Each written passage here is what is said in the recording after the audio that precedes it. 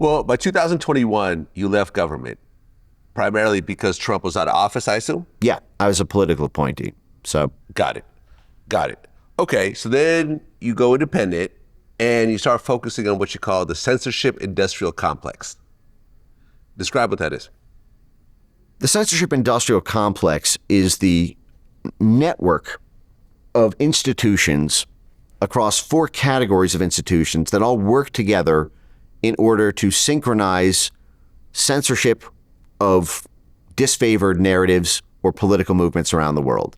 And there's 4 categories of institutions that move in what they call a whole of society method. There's government institutions. This is a place like the State Department, Defense Department. If they're trying to censor COVID, it'll be something like HHS or NIH or FDA. So there's the government institutions. There's the private sector institutions. So these are the multinational corporations, but they're also for-profit companies that specialize in countering disinformation or tracking narrative movements spread online. Places like NewsGuard or the Global Disinformation Index or the like. Then the third category is civil society institutions. So this is everything from NGOs, foundations, university centers, trade associations, community and movement leaders, representatives of voices of different demographic or religious or ethnic or gender groups in the nonprofit space. And then the fourth is media institutions. So this is not my concept. I can play you a supercut of everyone in the censorship industrial complex invoking this term whole of society, like it's this incantation, apologizing to each other after enough years because they're all so sick of hearing countering disinformation requires a whole of society approach. And this is because each of those nodes, the government, the corporations, the nonprofits and civil society organizations and media organizations all have different levers that they can pull and different restrictions on what they can and can't do. So, for example, in the United States, we have a First Amendment. The government can't put its finger on the gun and fire the bullet that kills my ability to say I disagree with U.S. foreign policy on Ukraine, or I disagree with vaccine efficacy statistics put out by the NIH. Well, hold on a second. So what exactly happened with Jimmy Kimmel and that whole situation? Well, what happened there is first of all, some of the facts are disputed there on the ground. The allegation is that something called jawboning occurred, which is a gray area insofar as there is always the ability to talk with producers of media about responding to a story or the like. And there are sometimes so jawboning is this idea that you are not telling someone you can't do this, but you are essentially insinuating that you will lose favor with the federal government or the federal government won't do something for you if you don't do this thing for me. And so I believe what was at issue there was an allegation around essentially, FCC licenses or merger approvals for Kimmel after he told a lie about, Charlie Kirk's murder, saying that he was one of the MAGA people, essentially insinuating that, a MAGA person had shot Charlie Kirk rather than, someone in FBI custody right now who's alleged to be kind of affiliated with Antifa networks and the opposite, right? Now, I've got we can go there if you want. There's a whole jawboning is a form of this censorship industrial complex, but there are many other aspects of it that jawboning doesn't require the whole of society element to it. Jawboning is one of the levers that the government side of whole of society can pull. For example, it might not be enough. Sometimes jawboning will not be enough to move a social media platform to take down a narrative, to take out an account, to have the blowback that comes from that. Sometimes there are other levers that need to be pulled in order to make the censorship happen. For example, the organization of an advertiser boycott. It might be the case that a distribution channel or ABC or NBC or Sinclair might say, you know what, I don't care. Go ahead. Don't approve this merger if this means so much to you. Out of my own sense of integrity, I'm going to continue to platform this artist or this TV show host. Well, in that case, the U.S. government may need to dip into the whole of society network through its other corporate partners who do business with that outlet or advertising pools. There's the big six advertising conglomerates, and all of them get hundreds of millions of dollars of government contracts. Some of them get billions of dollars of government contracts because they get contracts for the U.S. military to do all of its advertising, or for HHS to do all of its advertising. If jawboning doesn't work, what the U.S. government can do is it can go to that advertising conglomerate and say, hey, we're going to give that $1.2 billion U.S. Army advertising contract to your competitor if you don't cut advertising on ABC or NBC for hosting this TV show. And that might be a much bigger deal to that network than not getting a license to operate in a particular jurisdiction, or not getting a merger approval for a deal they were skittish on in the first place. In that case, it's not the government directly, but this is effectively plausible deniability. This is like saying the First Amendment prevents me from walking over to someone as the government and pulling the trigger that shoots that speech in the head. But contract killing is allowed, murder for hire is allowed, if I, the U.S. government, essentially engage a corporation or a nonprofit or a university center or a think tank and NGO network to do this, and they're getting government money or government grants. That is effectively the gray area that the censorship industrial complex moves in, so that everything can move together and they can tailor what is needed in order to eliminate any narrative, depending on what it is, depending on the strengths of the different four corners of that whole society model. For example, the media can create this amplification funnel, and it can exaggerate the pressure on an advertising campaign by amplifying Facebook's sins to the world for hosting a particular harmful narrative about a certain thing.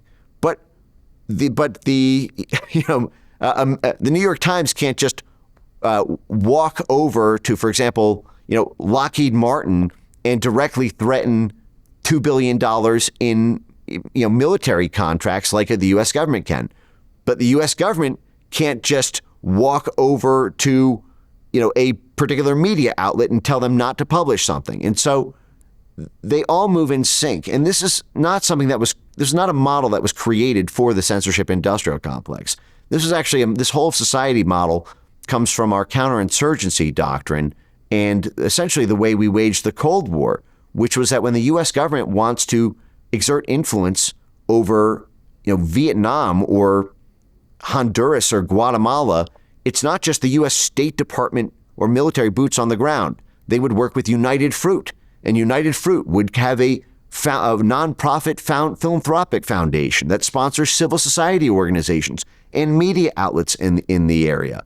And so Hondurans living in Honduras or Guatemalans living in Guatemalans wouldn't even know how they are being influenced, because they would see so many of their own Guatemalan or Honduran civil society organizations seeming like it's coming from their people by their people, and not being apprised of where the funding comes from or how the sausage is made in the background. Well, you said that Elon taking over Twitter, that was a big turning point. Yeah. I can tell you I like Twitter before Elon a lot better than Twitter after Elon. There is so much hate speech that goes on with accounts that are just completely untouched. Like, you literally see accounts that are completely anti-Semitic or completely anti-Black or completely anti-gay, and they continue to function and they have millions of views. Why do you feel that Elon taking over Twitter was a turning point? I think when you actually make something forbidden fruit, it can actually make it seem tastier than it is. And I think that, this kind of gets back to what we were talking about with the 5G towers and the like. Remember, Donald Trump, the president, if you still had Twitter 1.0, you'd have a sitting president of the United States who is not allowed on the most influential global influence platform on social media.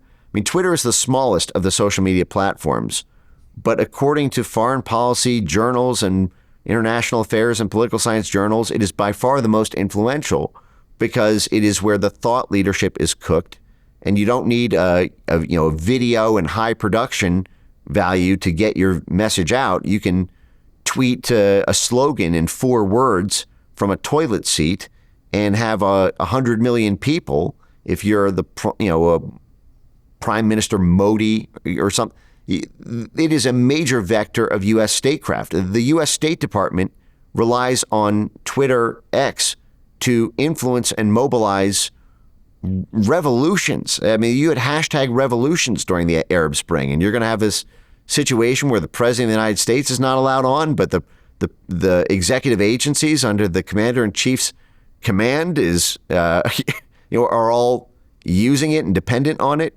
You're going to have U.S.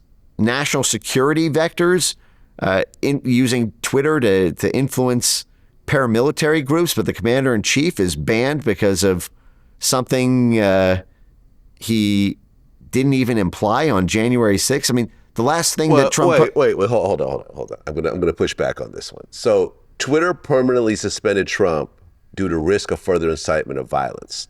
This was immediately following a Stop the Steal rally, which implied that the election was stolen, which ultimately went through every court system, and it was shown that it was not stolen. He actually lost that election. Vlad. So to me, that actually makes sense at that moment. Now, later on, having him put back on makes sense as well. That thing you just said, that he was removed for incitement around violence. What's the date of that reporting from what you're reading? January 8th. Okay. Run a Google search for Jack Dorsey, Trump ban business decision. Jack Dorsey's business decision was to uphold the permanent ban of Donald Trump from Twitter in January 2021, citing public safety concerns and the risk of further incitement of violence after the January 6th Capitol riot. He defended the decision as necessary at the time, saying it was the right decision for Twitter under extraordinary and untenable circumstances. However, years later, Dorsey also stated he believes permanent bans of individuals are directionally wrong and that business should not be the ones making such decisions for public discourse.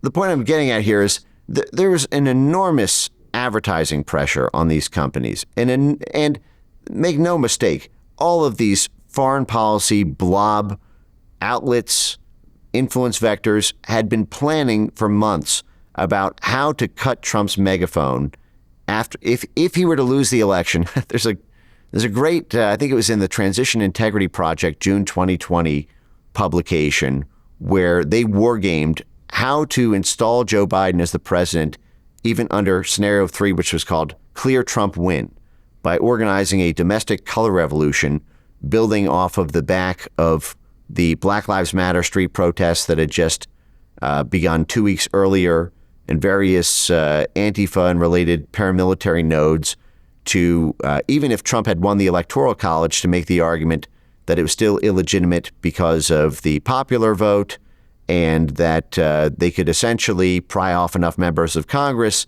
and have states threaten secession. This Cascadia Western states concept they wargamed. They had John Podesta wargaming this. Everyone can look this up. It's called the Transition Integrity Project. You can see all the receipts on my X account if you can't find it on Google easily, but you can. This is all very public. And one of the things they had as an addendum to that June 2020 white paper summarizing their war game on how to install Biden, even if Trump won, was an addendum. I think it was called like an Appendix A, and it referred to Trumpism after Trump. How do we stop when Trump loses the election 5 months from now? The problem is he still has this enormous Twitter megaphone. And no matter what Joe Biden does as president, there will be questions about the legitimacy of Biden's win because we're projecting a red mirage, blue shift event, because their projection was that if Biden would win, it would happen. It was almost certain he was going to lose on election night, but that there would be this blue shift event, as they calculated, as these universal mass mail-in ballots, first time ever used, would roll in, and Biden would essentially win after election night, and you would have this whiplash moment where half the country, the Trump supporters, would think that their guy won, and then they would feel the election was stolen from them, and this would dog Biden throughout his whole presidency, because Trump would have this enormous social media megaphone to amplify that messaging, and then no matter what Biden tried to do on foreign policy, if he wanted to radically change, depart from Trump isolationism, or Trump policy around Ukraine and Russia, or Trump policy on Iran, or Trump policy on Syria or Iraq, or international interventions, that Trump would always be there with a much louder megaphone than the president himself, and half the country thinking he's the legitimate president, and that would undermine diplomatic messaging, diplomatic consensus building, and it would basically hold back the entire Biden administration and stop them from getting their agenda done unless Trump's megaphone was cut. This was openly plotted in the open months before the ban. This was not something like, oh, my hands are tied. God, the problem is Trump is just inciting violence. They were champing at the bit for any excuse. And do you remember what the last thing Trump posted on Twitter? If you're going to use incitement to violence as the reason for this, the last thing Trump posted on Twitter before he was taken out was a personal, heartfelt, direct-to-camera video of him telling the January 6th protesters to go home, that they had made their point, but the time is now to go home. They actually banned Trump. And the only way you can read that, if you're going to talk about incitement to violence, is they wanted violence to occur. Because they banned Trump when he said... I can't agree with that. Well, you're the one who brought this up. Listen, Mike, I was with you until you said that. I'm not going to agree with that. But tell me this, why wouldn't you want that message to get more amplification than ever? Why would you want to make that message, the very last thing he tweeted, completely inaccessible because you've banned the whole account?